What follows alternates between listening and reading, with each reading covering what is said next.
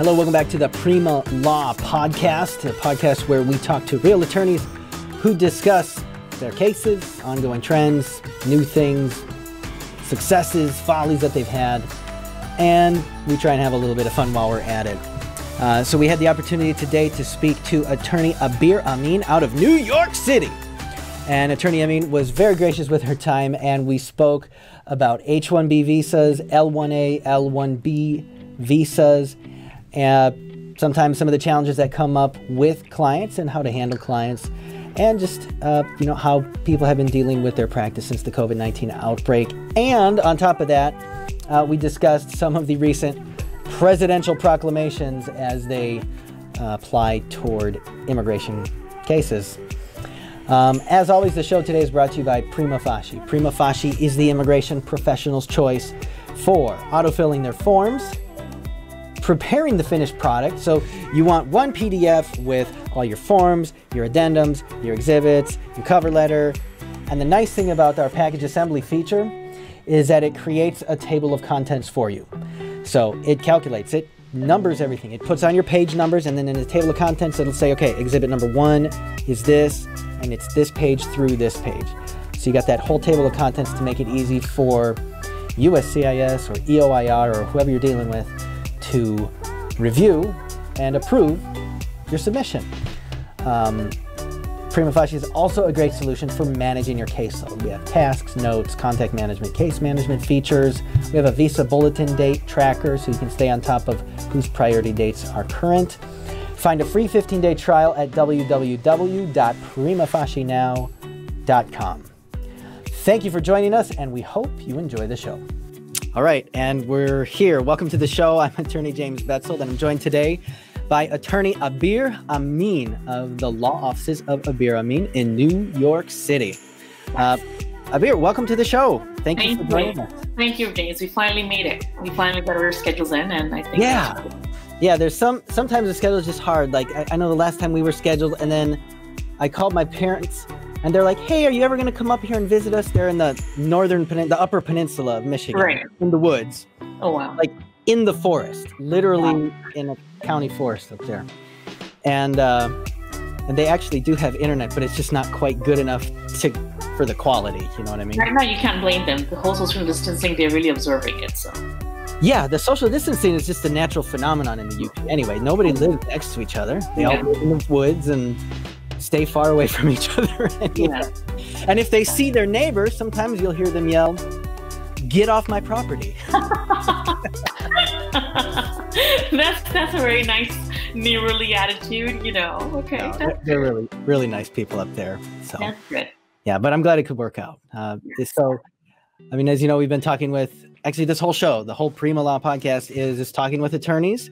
Because I found for me that when I just talk and listen to an attorney, even in the same practice area, there's a lot that we can learn because it's such a big and complicated area of law to do. Right. So tell us a little bit about yourself. I mean, you've got sort of a great story about how, like, what was your path to becoming a lawyer? Like, give us a little background. Yeah. So initially, I was in college, undergrad. I took this international law class, and Professor Lockhart, Dr. Lockhart, one of the best professors I ever had. She was the professor, and I'm like, this is something, because I was like, didn't really know what my love would be. But in college, I got into law, and then I worked a little bit after college and go straight into law school. Then what happened was that I started, my family, my friends, being, an immigrant myself. So I saw people going through the whole immigration process that kind of, sparked my interest, because I knew that I wanted to do law, but what kind of law is just something that I didn't want to commit to law school before I really knew what I wanted to do, because I think it's a big financial commitment and a time commitment. So having said that, I just, was went to law school in Florida, Abeer University, and they had a very good immigration law clinic. Professor Kate Ashenbrenner, she's amazing. She's a graduate from NYU, actually, law. And, so I got in and basically, took as many immigration courses that I could, immigration law courses, and then went through the whole applying for immigration law clinic. It's like, the whole interview process, because we really dealt with, as any law clinic, with clients, and that was like it was real. Like, okay, it's not just, first civil procedure or contracts class. Is actually in practice when you're putting those concepts, those laws, and all that stuff. So, and I fell in love with it. I mean, I knew that just validated my reason being in law school and being, okay, this is the career path that I've chosen. So that was like after law school, I, moved to New York, because my husband lives, is in New York, and he's part of the fashion industry. So, so I moved here, and one of my first jobs, I think, was in a small law firm in New Jersey, and from there, I got into business immigration law, which is something that I wasn't exposed to in law school. It was more for doing asylum, 212C waivers, 212A, stuff like that, but nothing like business immigration. So that's how I entered the business immigration law field. And from there, I worked for a couple of law firms, medium-sized. Then I worked for a while, I worked for Fragment. And then basically I just decided to, open my own, open up a law firm on my own. And so it's been great. So I had a great support system, my husband, my paralegal. So that's my process reason. Yeah. So now you're in the practice of law. Mm-hmm. What was let's do this. What was your favorite job out of law school? Like, so between going to law school and then opening your own firm, what was? It's funny. Yes. So my favorite job was with attorney Hyder, with law offices of Hyder and Overis. Attorney Arturs Overis. He is the attorney that actually did, my mom's immigration process and my brothers and stuff like that. And I feel he's a phenomenal attorney. He just, thinks outside the box, and it's very, for me, that was the best job for me. I was in Virginia only for a short period of time. My dad was going through, he just came out of a big surgery that didn't go right. So he was, going through, my mom was going to be alone in Virginia. And so I was like, okay, I don't have any kind of kid commitment. So my husband and I made a decision that I'm going to move there for a little while just to help out a little bit. And when I was there, I was like, I'm here for 6 months. So if you would need me, I would be more than happy to, be here for a couple of hours. And he was nice enough to let me in. And for me, that was the best experience because, James, I feel a lot of times it is a lot of attorneys, we like to control things, right? We like certain things certain way. We get used to it, and I feel that's just the personality that we get into or we have, and we're very wary of what to allow other people to touch or not. Like, okay, I don't want you to touch this kind of cases, and like the fear is there, and of course for right reasons, right? It's for liability issues and for all the right reasons. But well, even culturally speaking, right? Someone graduates law school, they go to a law firm, and they're told, if they join a big law firm, they're told, you're not going to do anything for like 2 years. You're not allowed to touch drafting complaints. You can't show up in court. You're not going to put your name on anything. Exactly. And it's like, exactly. Well, I just went to law school. So. Exactly. Yeah. And which is, I do understand, like, you need to tread the water a little bit before you can swim. I understand that. But with his firm, and they have 3 attorneys and they have a bunch of, amazing paralegals. The office staff is great. Mm-hmm. He actually, I'm like, I have to do this. He's like, yeah, okay, do it. I'm like, well, are you? I was in New Jersey in a little cubicle, and every single thing I had to check, like, which is good. There needs to be layers, especially in immigration law, right? Mm-hmm. Something as minuscule as filling out a perm or O1, like every little date counts and stuff like that, because there'll be a reason for denials, a lot of thousands of dollars for the employer, and Mm-hmm. the beneficiary has a lot at stake, right?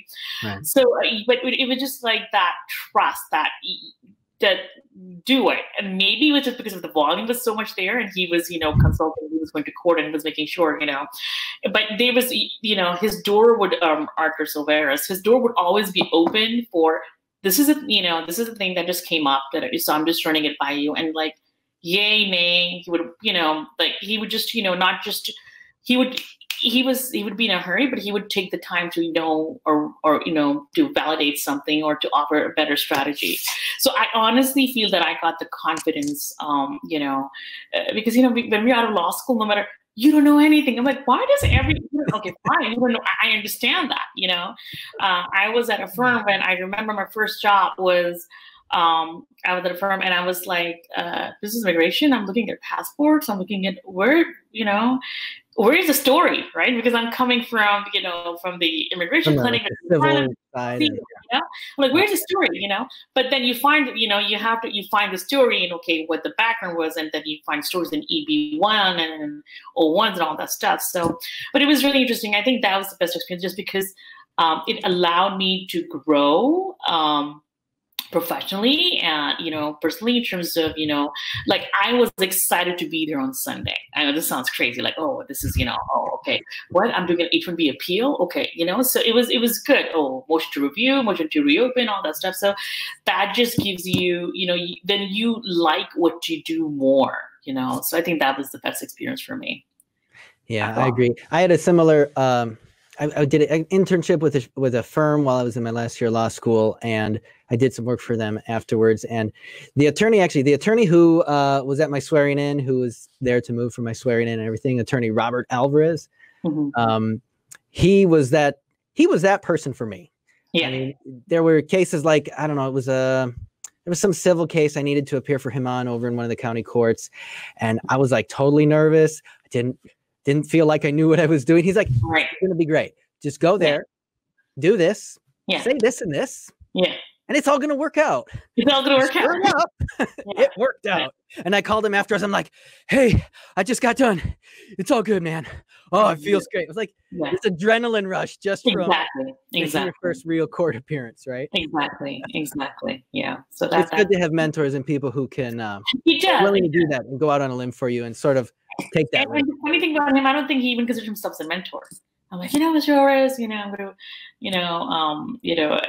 he asked if I would stay after, because, I'm like, because you're staying, and I'm like, no, my husband is over there, my husband was ready that, we could, in New York, New Jersey, start a life.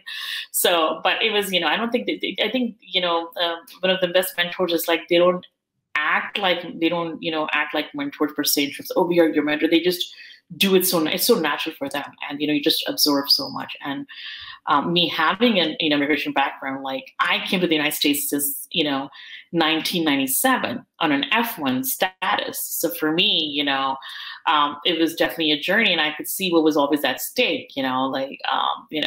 Going for stamping. So I always felt that overly cautious or overly like, oh my God, someone's life is even though it's business immigration, yes, they might not be deported because their H-1 visa doesn't get renewed, but I have seen what families do to plan so early. Like, I see that with my L1 clients and with my H1 clients and my O1 clients, especially from subcontinent, India and Pakistan, right? Their H1 and L1s, they build a whole life. This is not something that they're doing. This is something that their parents planned for them, right? They went to certain kind of high schools and colleges to get that exposure, to get picked up by this, by these international, firms, so that they will, offer them the visa. So it's something that it is their American dream, So it was my American dream was, being able to come in, not necessarily say I didn't know that was going to happen, but it just turned out to be that, and I'm very blessed about it. But But theirs was really intentional. It's like their whole life is coming to this moment. And exactly. Wow. Exactly. How's that? I mean, that puts a little bit of pressure on the attorney then to make sure. It does. It does. But, you know, I think more now than ever, I feel the H-1B and L-1 beneficiaries, you know, they have a lot of stress, you know, for valid reasons. A lot of uncertainty. I have a lot of clients on EB1C, I-140 they have approved I-140s, and now they're just waiting for that, you know, for that priority to be current. Before, October used to be the magic month for them, right? The fiscal year. Oh, yay, it's current. Oh, my PD, you know. And now there's no rhyme or reason to that. And they ask with questions like, when is it going to be current? I'm like, well, Charles Oppenheim, you know, you go to that whole analysis, but it's the reality of it. The truth of the matter is that we don't know. We don't know. Just before the executive order, this recent presidential proclamation just, you know, was published, my emails and texts, and I was like, it's still not published yet. I haven't read it. Let me. All right, so let's mention then a little more in depth the executive order from El Presidente Trump that essentially says, okay, and you correct me if I'm wrong, because I don't really practice in the employment side, but from what I understand, there's like no H-1Bs for the rest of the year, along with a number of other visas. So my understanding is any H-1 or L-1 visas who are overseas, first of all, it's not applying to change of status, right? It's to F-1 or extension or amendments, right? So any H-1 or L1 that haven't gotten, or TN, or Js that haven't gotten their visa stamped as of, you know, June 24th, 2020, they're not able, you know, they don't have a chance of coming in until December, you know, 2020. So no more, you know, so if you were, for example, on an F1 visa, you got picked up, you know, your registration got selected, and, you know, you're an OPT, you went to Taiwan or India because of the COVID in New Jersey, New York for a little while, took a vacation. And, you know, now basically it'll be, because now we will be applying for your visa, H-1B for via counselor processing instead of, you know, change of status. Now, even if your H-1 I-129 gets approved, you won't be able to get a visa, so you won't be able to come in. So any new visas, right, that haven't been issued by the consulates for H and Ls and no Js, so these are the ones that have been suspended. Yeah, I'm reading right here. H-1B, H-2B, J, L. And then meets those requirements. So they're outside of the country still, doesn't have a visa that's valid on the effective date of the proclamation. Yeah. And this is in effect until December 31st. Yeah. This year. I just feel this was kind of like a punch.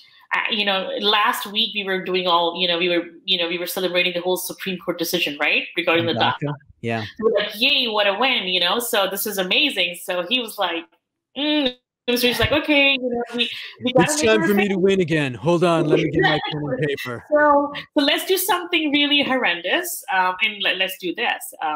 I don't feel, because there was this proclamation, and then there was another proclamation. Yes. About like green cards, like residency visas. Yes. Yes. So, from my understanding, you can still apply, but they're not going to grant it or review it or anything until, I don't even know when that one expires. I didn't look it up. Right. So I'm aware of this one because that's strictly business information. I'm not aware of that one. But yes, there was a first one that was there. If you're referring to that one, the first one that came out, right? That was basically that counselor processing, basically any green card, you know, based on employment. So perms, for example, right? When I-140s are approved, a lot of time I-140s, you know, they're instead of doing AOS, you know, we do counselor processing because they have to go to the consulate in the home country, do the interview there, and then come in. So yeah, exactly. Or they're waiting for their period in Canada, you know, doing, you know, working on an based on Canadian employment and immigration law, right? So that whenever it gets current, we'll be doing counselor processing. Yeah, so they So the made whole thing was consular processing for a while, but then, and this, I think this one was just a couple weeks ago, they actually said, hey, by the way, if you've got an adjustment of status pending in the U.S., we're not going to give any green cards right now because we're going to focus instead on naturalizations. right. And there's just no way we can do it. Right. So I'm not aware of. I'm definitely missing on that one. But yeah, I definitely, there was the first one and this one. Basically. So, but it did have a lot of disqualification. The first one was kind of interesting because I felt the title of the first one should have been this executive proclamation, because the first one, the title was to protect the American, the American workers, but it didn't address any kind of H or L. The only thing that it addressed was if you have, if you're a green card holder, if you're not if you're not a child of a U.S. citizen, or if you're not a spouse of a U.S. citizen or a green card holder, your green card will not be processed. So they were basically, attacking the PERMs and, the employment-based counselor processing visas, right? Or, the EB-1As and all that stuff that still have the counselor processing available. So they were, that's what they were attacking. They were attacking the permanent resident card based on employment, and now they're doing it for non-immigrant. So yeah, it seems like they're using the COVID-19 outbreak as an excuse to just gut the immigration system. Exactly. And they know that they can't do it permanently, but they can get away with doing it temporarily because lawsuits take time. I still have faith. I feel like some kind of, I feel that some organization like maybe ALA or AIC, American Immigration Council, I think they have been good in the past about filing a lawsuit and preventing and getting great injunctive orders. So I feel something like this will not go unnoticed. Oh, for sure. So yeah, I'm sure they're planning, or maybe they've already filed a suit or something like that. But between them and Clinic and all the other organizations out there, it's just nonstop waging war. Exactly. Yeah.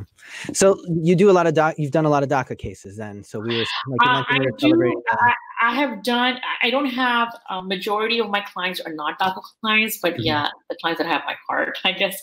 I have few Daca clients. And they were the Daca renewal clients. They were always skip. Oh, is this going to be? Is this going to be this? Is it going to be removed? Like, no, not yet.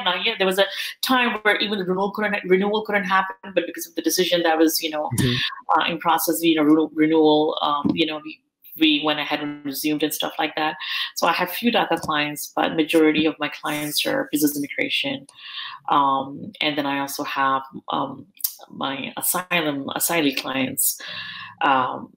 Most of them are from Pakistan, some are from India, a lot of them are from Africa, from Mali, from Nigeria, from Tanzania. I have political claims for asylum in Tanzania.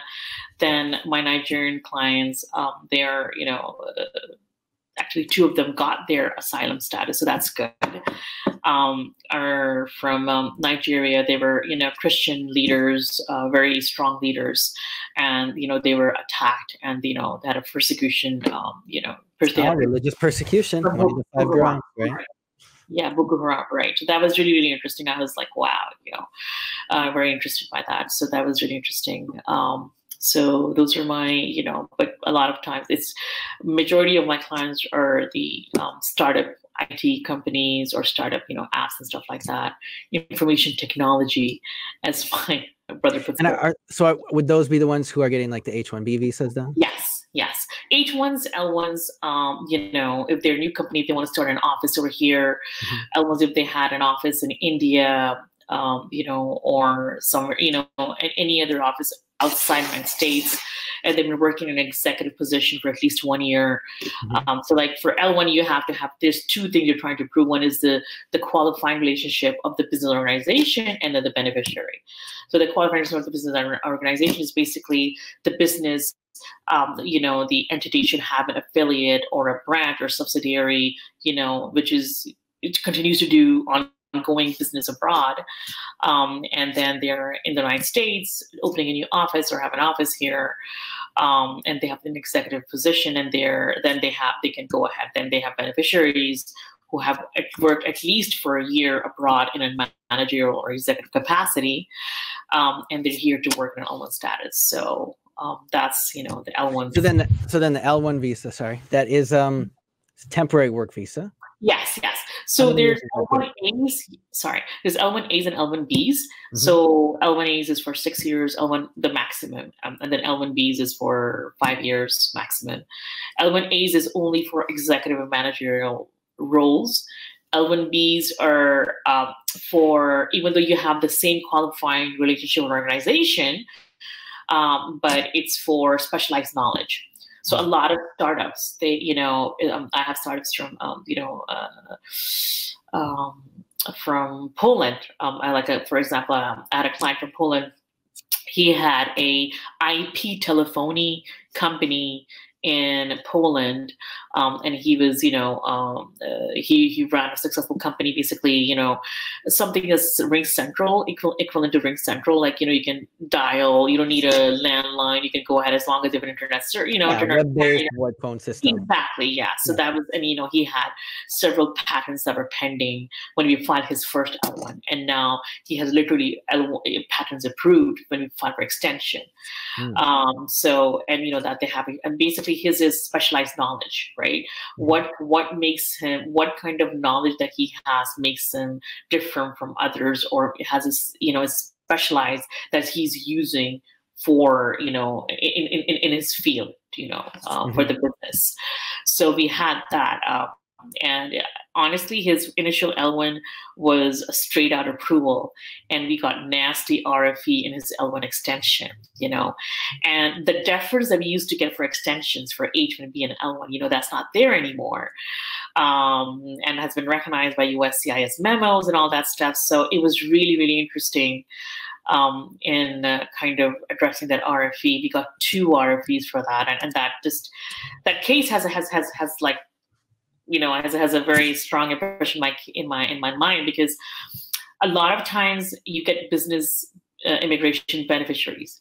These are the beneficiaries who are very well educated. They have received, if not bachelor's, if not master's, bachelor's degrees at least.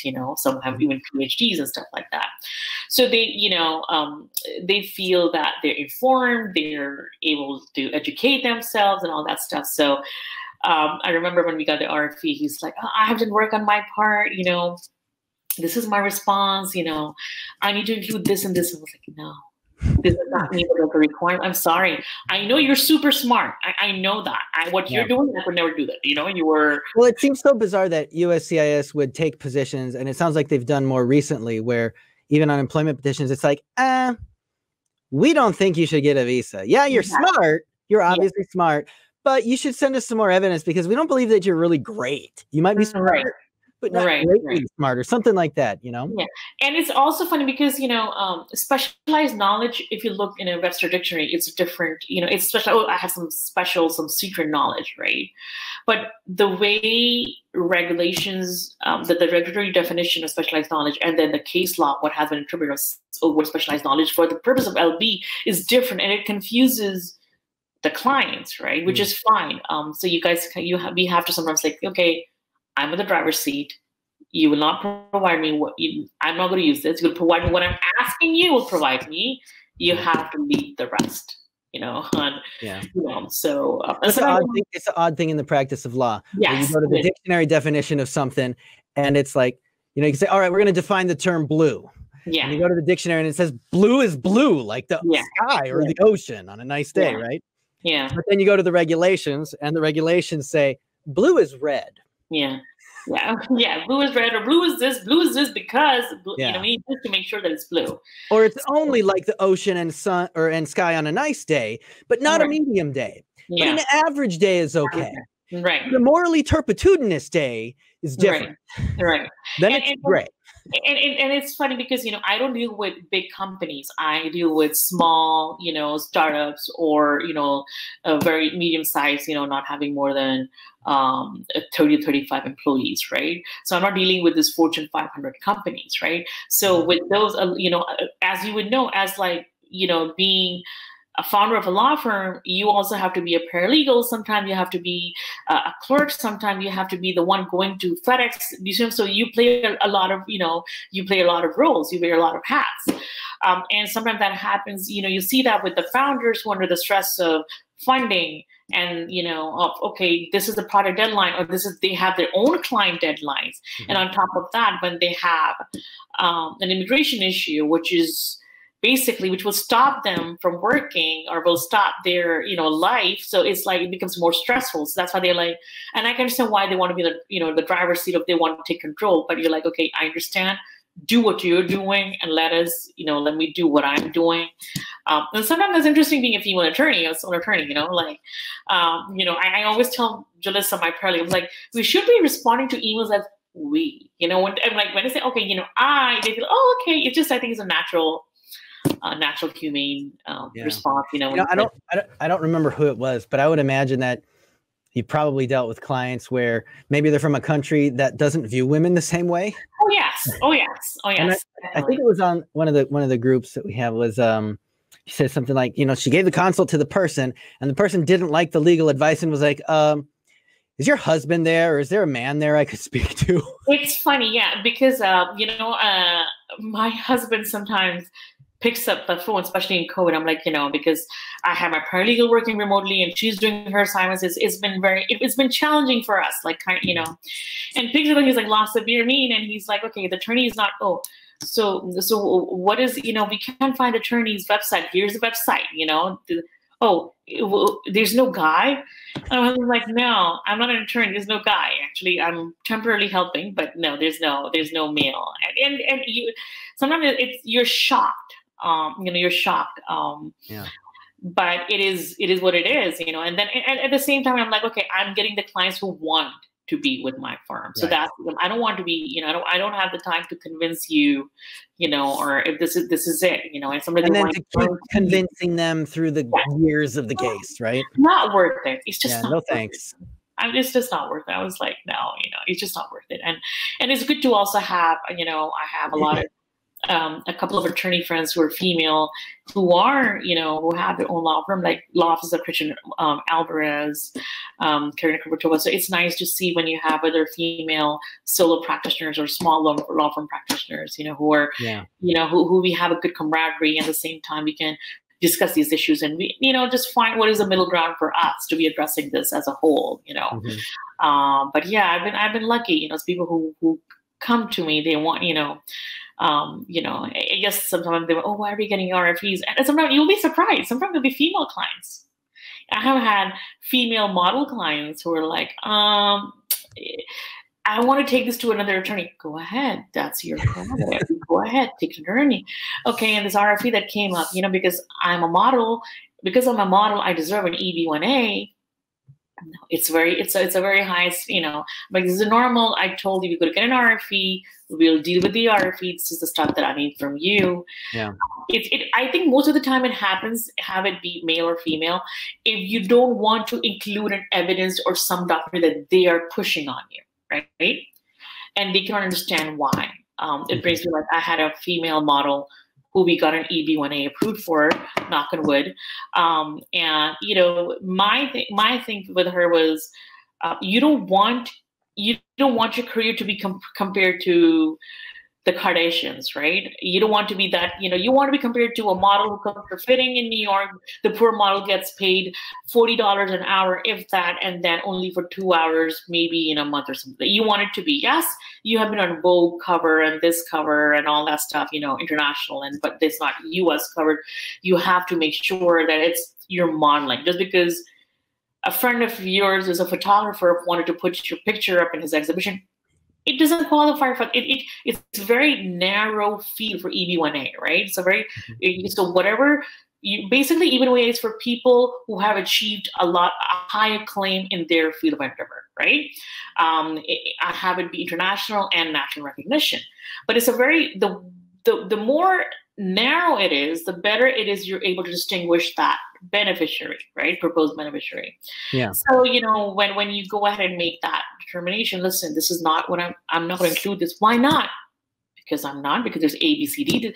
When I have to email you with case law, and you're not going to read the case law. It is sometimes like that. I'm telling you, James, it's very frustrating too. But you have to go to that. I think a sole attorney, if they're practicing those kind of law, you have to be that well versed in what you're doing, because they will say, why not? You know, my friend said this, and she got an EB1A, and she's a model, and she gets less paid than I do. You know, and so I think that's sometimes when it is that clock is, oh, you got a sole attorney. I always love it when people compare what should be the result in their case to that of a friend, a cousin, or some other unnamed rumored individual. My colleague, that's a famous one. You know, Michael, I'm like, where are you getting information from? From which I have heard, I'm like, where, from which immigration blog? From which immigration, you know? He's like, oh, no. I'm like, okay, so you kind of have to, which is fine, you know?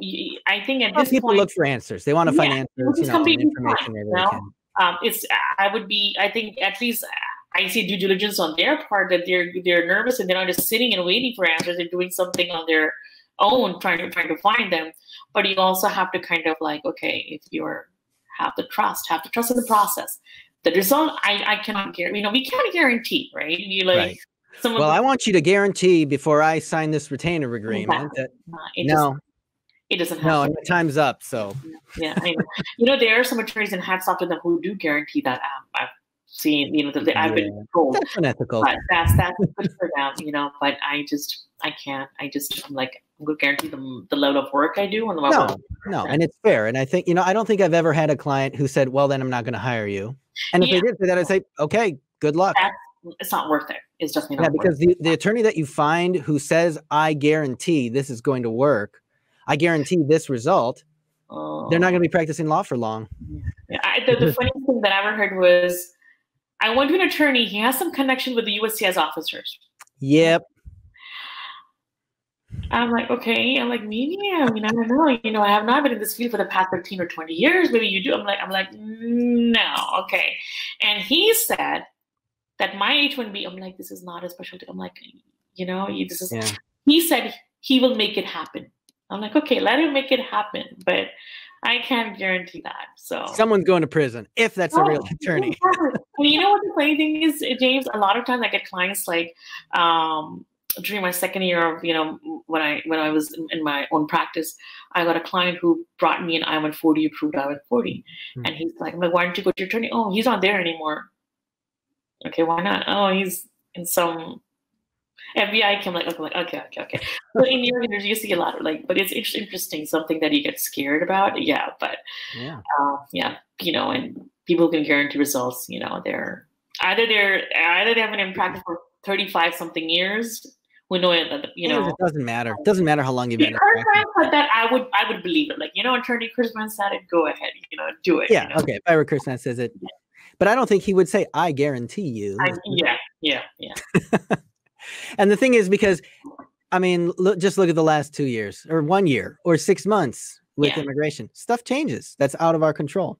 It's like constantly, you know, you have to definitely be, it's not one of the, oh yeah, you know, it does change in once a few years and stuff, but now it's like, okay, you have to be on top of it. Yeah. You have to know. I remember when we would do like I-601 applications for people who do consular processing, used to be, I mean, and we evidence those things up. We send large packets, lots of evidence, well documented, you know, used previous RFE requests to sort of guide all the evidence that we send in. It used to be fun, right? It used to be fun. I-601 and it was like, done, approved. And then all of a sudden, you know, on 601s and 601As, we started getting like an RFE with it, some boilerplate language, like, hey, just, you need to send in more evidence of this and this and this. And it became very apparent that whoever was reviewing that particular one was at the office on a Friday, and it was 3 o'clock and they wanted to get out of there. Exactly. And they didn't look at it at all. So we started telling our clients at the beginning, look, here, we're gonna file your waiver, and we're gonna file it really good. You're gonna see the evidence. We're gonna give you a copy. But I guarantee you, a RFE is coming. When it does, don't be nervous. We know it's coming. Exactly. They all are getting RFE'd now. Right. So that we've just built that into our initial pitch. And if anybody was nervous about that, well, they didn't have to hire us, but we were going to give them the honest truth about what's going to happen in their case, because the funniest things happen when you get an RFE. Or we had a client once who, I don't think I've told this story yet on the podcast, so this should be fun. We were doing a 601A waiver, and so we filed it, and a week or so later, a letter comes in the mail. Client brings a copy of it to the office because she called. I got this letter. I don't know what the attorney's doing. This is all BS. You're effing up my case again. Blah, blah, blah, blah, blah, blah, blah. Comes to the office. So right as soon as she comes to the office, I'm like, I'm going to intervene here. I'm like, please come back here. Yes, I understand. Yep. Whatever. We're going to get to the bottom of this. She hands me the letter, and it's on this green piece of paper. And it says at the top, I-797, notice of action, like notice of receipt. Okay. We've received your case and it's in process. That's what it said. And poor thing, and of course we had tons of patience with her because we knew her situation, and a lot of people who needed 601 or 601A, there's other aggravating factors. So we always try and treat people the nicest as possible. And we explained it. This is really just this receipt notice. It says they received it. Exactly. She was so embarrassed and felt silly. I started God blessing us over and over and over. Oh, thank you so much. Thank you, thank you, thank you. And left happy, right? But yeah, when stuff comes in the mail, it like, and that's not the only type of case it happens. Then you get very nervous because there's so much at stake. Exactly. And it's funny, when you don't want to receive notice. I had a client, I'm having a heart attack right now. Can you please, I just checked the status of my EB1 case. I'm like, I-140. I'm like, okay. I'm like, can you please, hold on. Sometimes I feel like they instantly want to respond. I'm like, okay, calm down. Okay, let me, I'm having a heart attack. I'm like, what the? And she's not. Like, you won't be having a heart attack. You should be calling 911. Yeah, and not me having a heart attack. Exactly. I'm like, it just says that it's been approved. Oh, is that what it means? Yeah. Yeah. And you are a person of extraordinary ability, so you're supposed to know what But I was like, but it's just like, okay, it's just And the thing is, when you're nervous, like when it's something where it's like so much at stake, you might see the word approved. But read the word disapproved or disproved or not read at all. Just you see it. When I opened my bar exam results. Yeah. Okay. So in Michigan, it's ridiculous. Like the way that they send you the letter. I mean, you always want to jump to the bottom to where it says like, congratulations or you win. Okay. Well, instead, there's all these words, and then there's a bunch of like fractions. Right. Like 7 out of 10, 9 out of 10, 8 out of 10. And I was like, what do all these numbers mean? Exactly. And I tried skipping to the bottom to read it. I couldn't figure it out. So I literally had to go word by word to figure out that I actually passed it. I know. I can recall that. Yeah. Anxiety is up to here. Yeah. So they don't do that. They don't write if you're at the top. They do it at the bottom. I don't think so. I mean, it's been a long time since I looked at the letter, but I couldn't figure it out for the longest time. You're like, and I'm shaking, I was like, oh man, I have to take the bar again. Yeah. So that's what we do. So tell us a little bit about, so we talked about sort of the L's, L1A, L1B, the cases that you love to take the most. It sounds like, well, actually, when we were talking a little bit earlier, it sounded like you were really into the H1Bs as well. And you were saying that L1s are a lot of times what the startups will use, where to the H1s are the... H1s are specialty occupation. They're not, I don't feel they're any more fun or something. They used to be for business immigration, like how it would be for I-139, 485, like a marriage petition. They used to be like that in the old days, like when I say old days, like 8 years ago, or 10 years ago. But now they're, especially when you have, H1s are basically specialty occupation, which you were saying that I need a company, an entity. I need this person or this proposed beneficiary so that they can perform duties of a professional. So meaning a person who has completed at least a bachelor's degree or its equivalent, right? And then they have the H1 bachelor's cap, and then they have the master's cap. And like Christmas for H1 used to be, April 1st, before this year, it used to be all the new H1 cap petitions you had to file. They had to be there April 1st. that used to be the day that they would start accepting application. And then the lottery, after the lottery would close, they would close during the first week of April. That used to be done. No more accepting your application. So like the H2, the H1s have a lottery they have to participate in? Yes. So Yeah. H1 lottery. So it was the same this year, but over this time we did electronic registration. So what that meant was you go ahead and you electronically register your client, the petitioner, and then you register the foreign beneficiary, their name, the first name. You complete a USCIS online form, and then you can do a virtual handshake, an online handshake on the USCIS website, and then on the 30th. March 30th, they would tell us if our client got selected or not, right? If the membership got selected. So do the applications always exceed the number of available visas? Yes. Supposedly, yes. So we got now instead of everyone rushing into the FedEx office or the USPS office so that their petition would reach the USCIS office, either California or Vermont, whatever it may be, on April 1st or during the first week of April. Now we get the registration notice if it was picked, and you get 90 days. So for a lot of people, the 90 days over is June 30th. So you'll see a lot of this coming June 30th, a lot of applications are being filed with the USCIS for the CAP petitions. Once you get picked up, right? So you are not subject to the CAP for the next 6 years. Okay, so they do renewal in 3 years of increment. Well, that used to be a regular thing, but now they're even giving you, even though the H1 you're supposed to get in 3-year increments. Now they can give you an H1 for just 1 year if they don't see that there's enough work available of the petitioner. Right?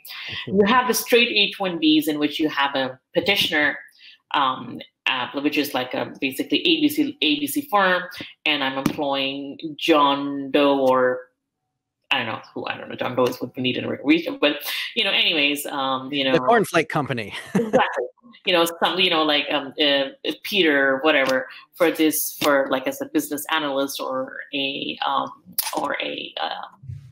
data analyst, whatever it may be, which requires a bachelor's degree for this much time, for at least 3 years, and then asking for the positive renewal if they still have work available.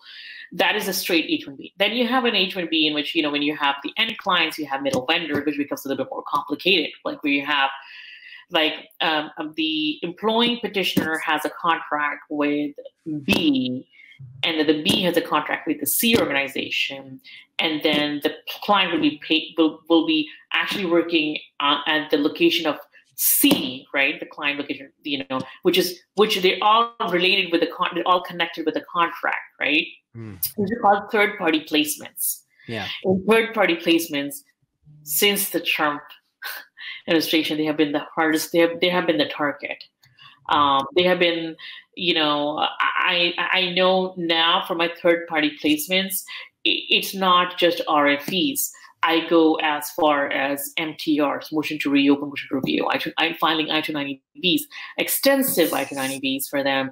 And if and when you have premium processing available, which is as of June 23rd for the H1 caps, right?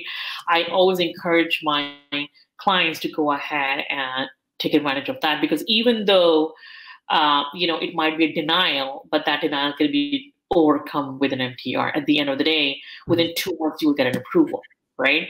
Instead, and that's actually burdensome for the beneficiaries if you don't have that premium processing. Because I feel, James, there was a year ago, I got an approval notice that I filed for my initial H1B cap that was filed a year ago.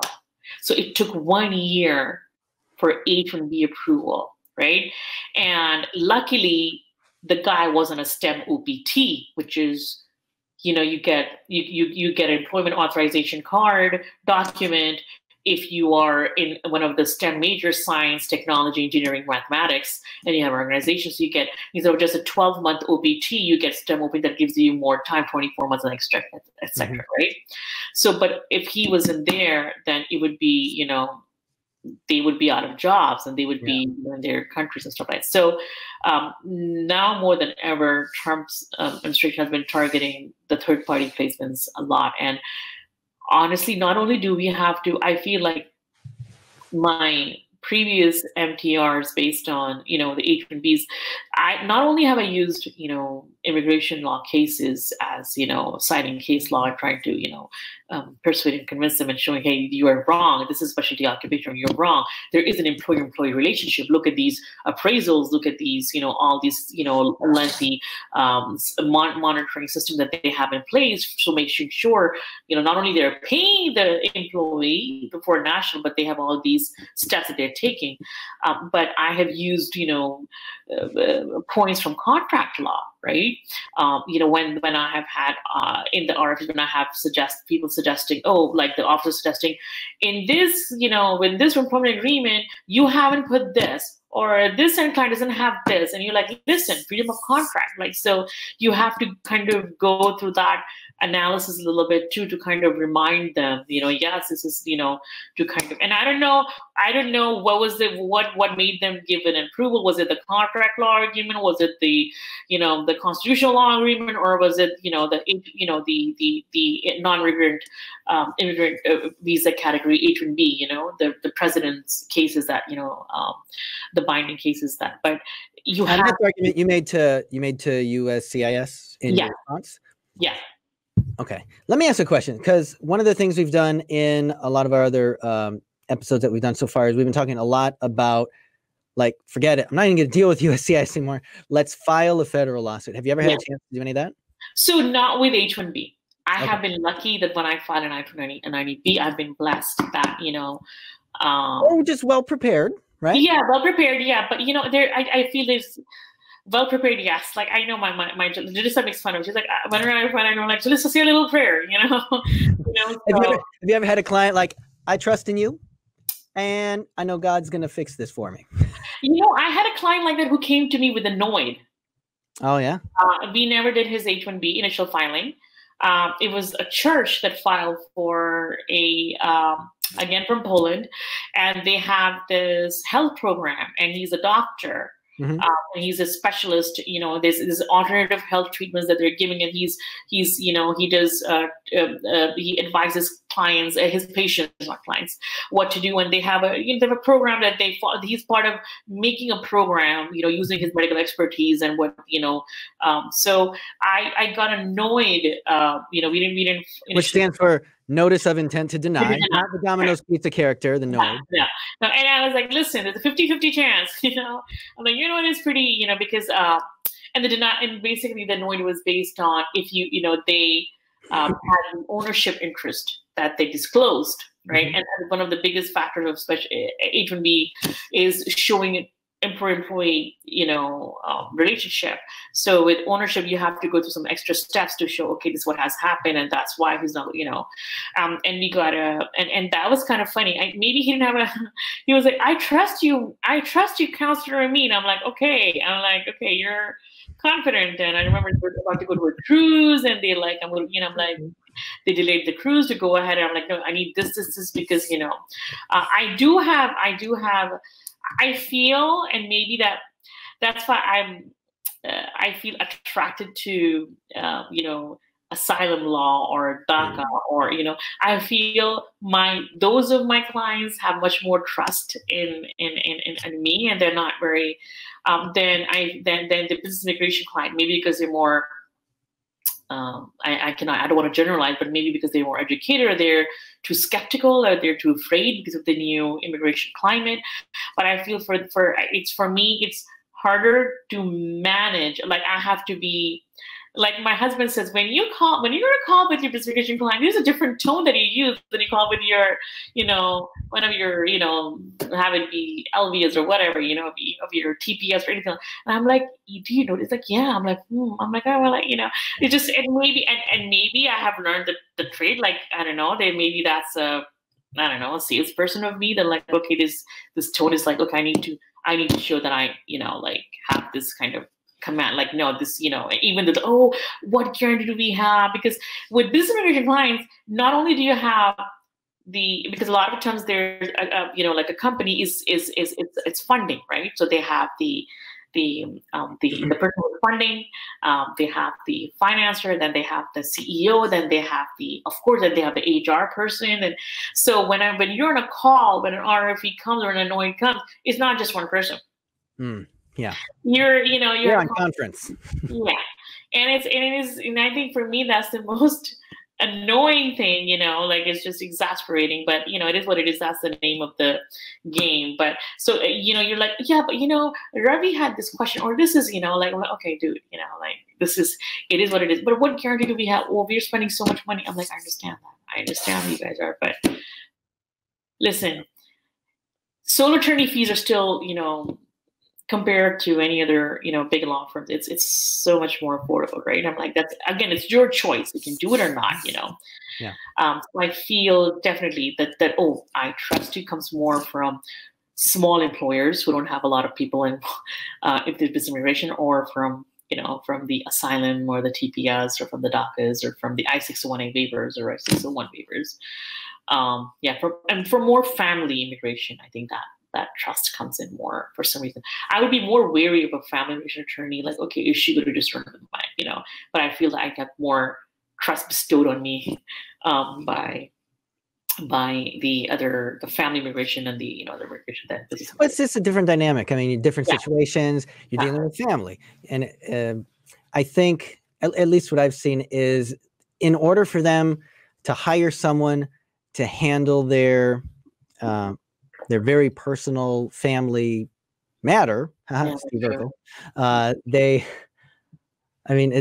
there has to be that level of trust, because they can go to a fragment, they can go to any of these large firms, they can go to all these other firms across the country, or they can try and do it on their own.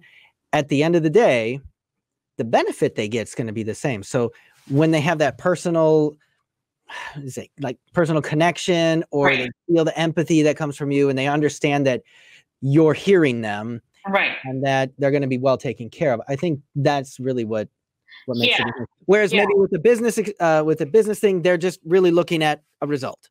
Here's the expectation I have. I don't care if I trust you. I have a business expectation. That's different. Exactly. Yeah. And that's exactly. I think you just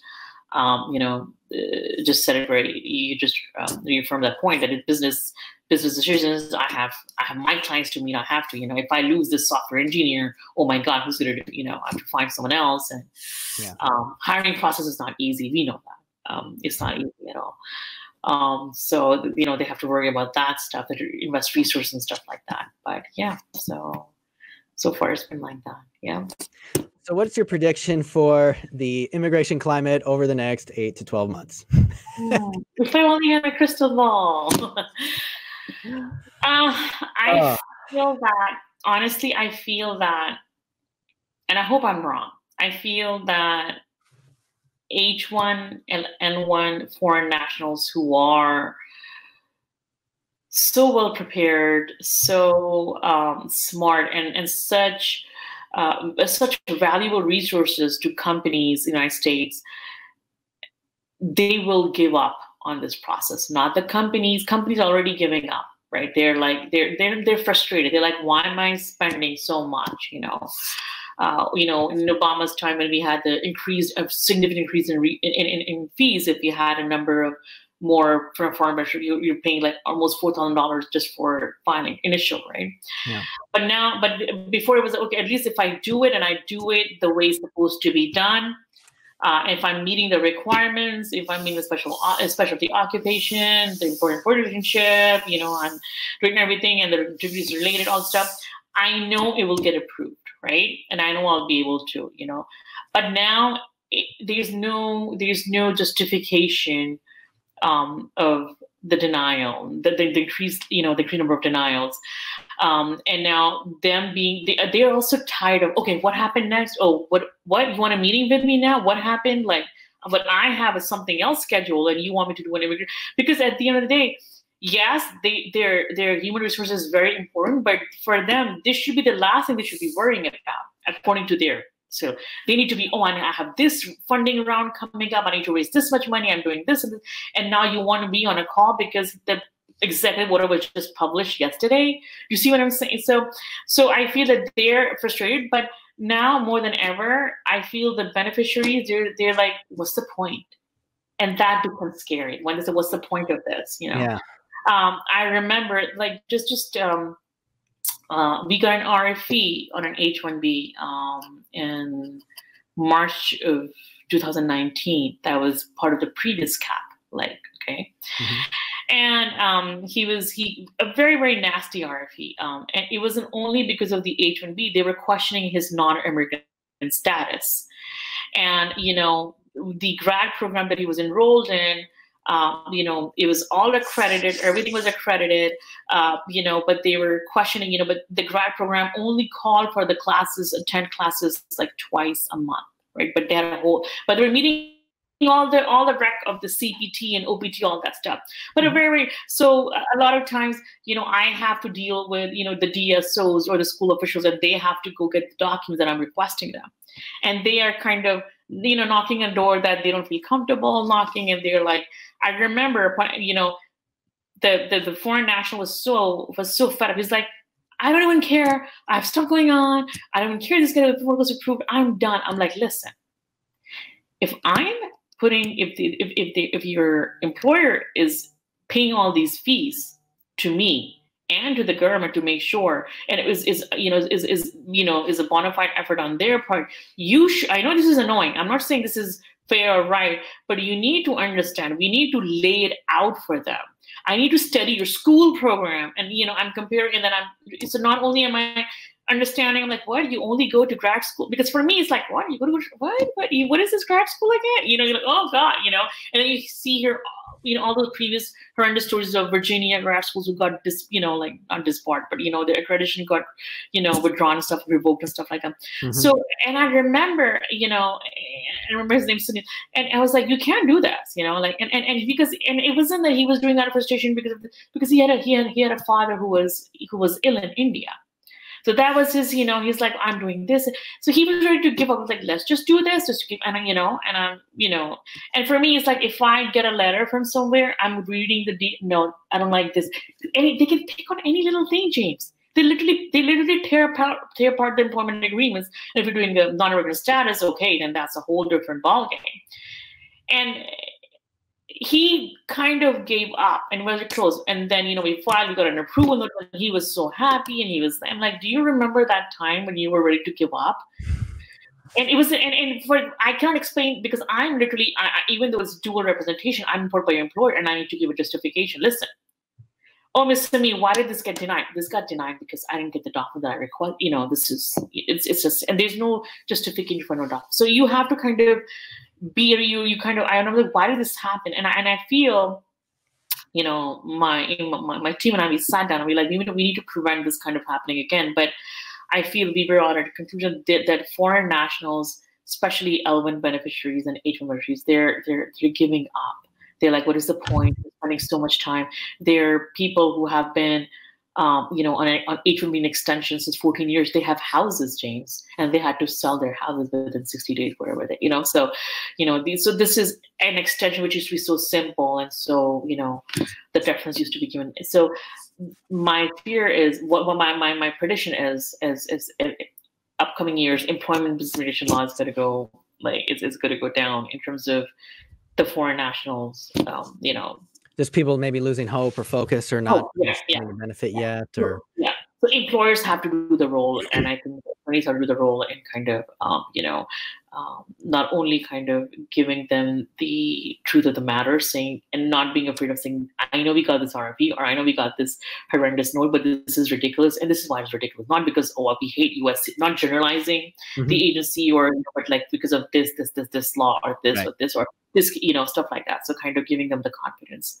So, and I feel business immigration attorneys, as a solo practitioner or the small, they are having a hard time, with their practice, right? Because there's a number that you want to retain, there's a number that you have to meet your business expectation. I think that is, business immigration law is getting harder and harder and exasperating to a point. But what are some of the things that you've done, I guess, since the COVID-19 outbreak, or recently, for any reason, just to sort of keep your practice healthy, to keep your clients happy? What Right. you've done? So something that I have really taken advantage of the video calls. I feel just with, because there's so many components, even with a regular H-1B filing for for example, the LCA notice, right? The notice of filing needs to be posted, and making sure, being aware of any kind of guidance that we get, even though stupid as might be, that they're not really addressing the questions when they're after the USCIS. Oh, this is happening, this is code, what should we do? Given, video calls have been providing them the affirmation, and okay, this is, I'm here, even though I'm not there, I'm here, yes, you cannot come to my office, but, I'm available, we're doing the same thing. The only thing is I'm not able to shake your hand, and that should be fine. So that's something is making video call very, and if someone says, oh my God, this happened, second thing is, I always, instead of, to avoid repeating myself, or to avoid, because now, James, it's not, in COVID, it makes a big difference when everyone in the office is at the office, right? Sitting at the office. I feel it. I depend on my paralegals, and okay, Abeer, this is kind of directing me. Hey, Abeer, this is you. Okay, this is okay, Abeer, this thing on your desk needs to be reviewed today. So I miss that. So with that, it's kind of in this COVID, we have made calls, on a regular basis, having at least once a week call with my paralegal, if not more. But then also realizing that people are, this is the norm. People are not. This is not this is not a normal environment. This is not a normal environment where you're just working from home. You're working from home, dealing with COVID. So being okay if someone is not available that was supposed to be available, right? And being okay, being patient with that. I think that's the most important thing, is being patient. And then if you're patient, then, that expectation is kind of, passed on to your clients and to your employees. But video call has been a savior. Having a designated office space has been a savior. Mm-hmm. Communication. I feel now more than ever, if I don't respond to an email within literally 2-3 hours, hell breaks loose. Excuse my French. It does. Okay, I'm working. I am going. So did you get my? And even though they have this text, I'm like, okay, I don't know if this was a curse or a blessing. Yeah. And do you ever use do you ever send text messages to your clients? I do. So we use Ring Central, so that's work text. Oh, okay, perfect. Yeah. So, and I feel that's very important, especially with my O1 clients, because with the O1 clients, it's especially with O1As and O1Bs, a lot of letters, that we draft for experts and stuff like that. And if, this can't happen, I cannot get, this person is out of country or cannot be reached, or this text message is so great. Right when you're working on the case, you can be like, I need this, enter, and they get a text message. Exactly. And then even though my husband says, can you just tell your clients to just email you, doing this on your anniversary? I'm like, I know, but right now, stuff that used to be, we have to be a little bit more patient, because I could have said, you just email me, I'm not your, you can't, but right now I have to give them the benefit of the doubt, because there's the same anxiety that's coming in, it's a lot of things. It's a lot of what we do, especially, and it's always been this way with victims petitions or family immigration or 601A, 601s, where, there's people who've dealt with stress or maybe are diagnosed with PTSD or anxiety disorder, stuff like that. Part of our role, attorney and counselor at law, we're just actually kind of individual counselors as well, just to sort of talk people down.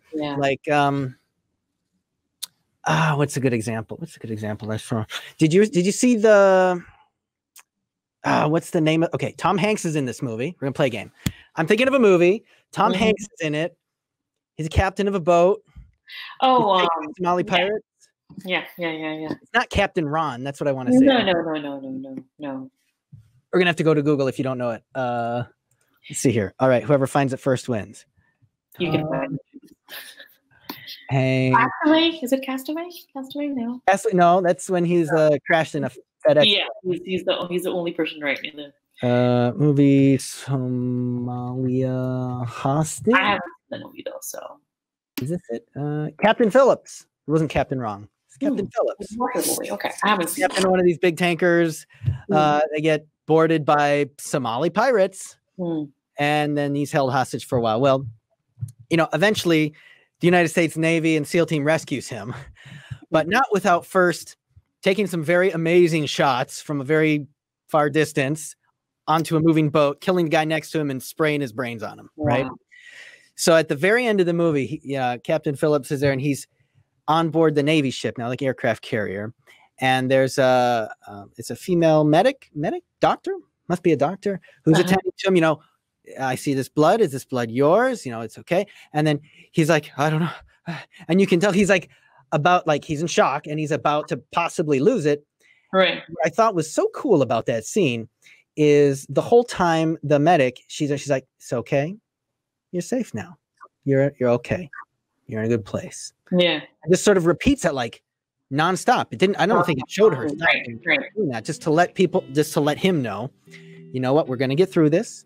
It's going to be okay. Might get a little dicey here. You're safe. I'm with you. I'm your attorney. It's sort of like what we have to do with attorneys. Just like, hey, there's proclamations coming out. Twitter's on fire. There's orders to shut down USCIS and furlough more than half of their employees. We're going to get through it. It's okay. Exactly. I think that's the key, and also one last thing I want to say is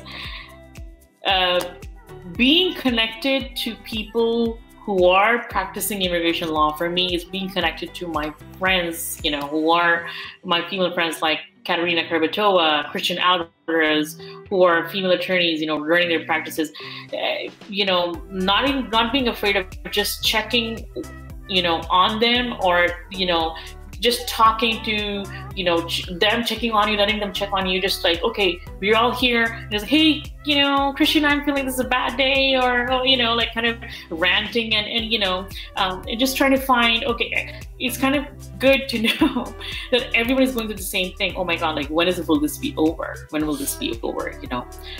So it's just like being, peer support I think is more important than ever before now than it was, and I think it's so important, not only because a lot of times you're living with your family and they don't understand, why are you always thinking about work, or why is this, and I think your spouse might understand because they see okay, what is going on? Why are they all, and I feel like my husband is kind of like my advocate for no, Abeer has this due, we need to leave, I know we're living in Virginia, we are leaving Virginia, visiting my parents, we have to, she has this due, or this court, whatever, this document submission, but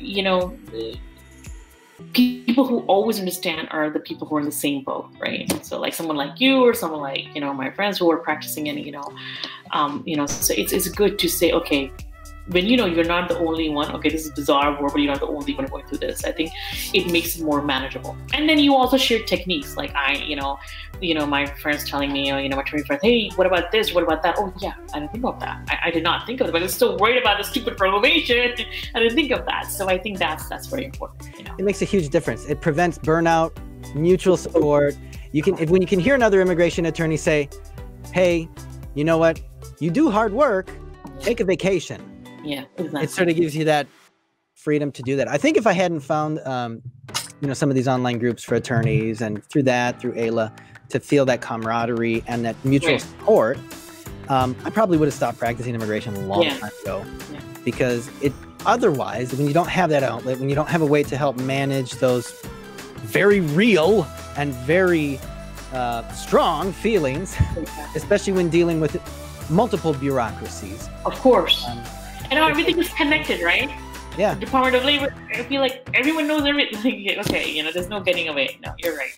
Absolutely. Well, Attorney Abeer, thank you so much for joining us today. Thank you so much, James. Thank you so much for taking the time out, and I'm honored that you took some time out to talk to me. Thank you. All right, thanks. Keep fighting the good fight. We're all in this together. Yeah. There we go. Take care. Bye.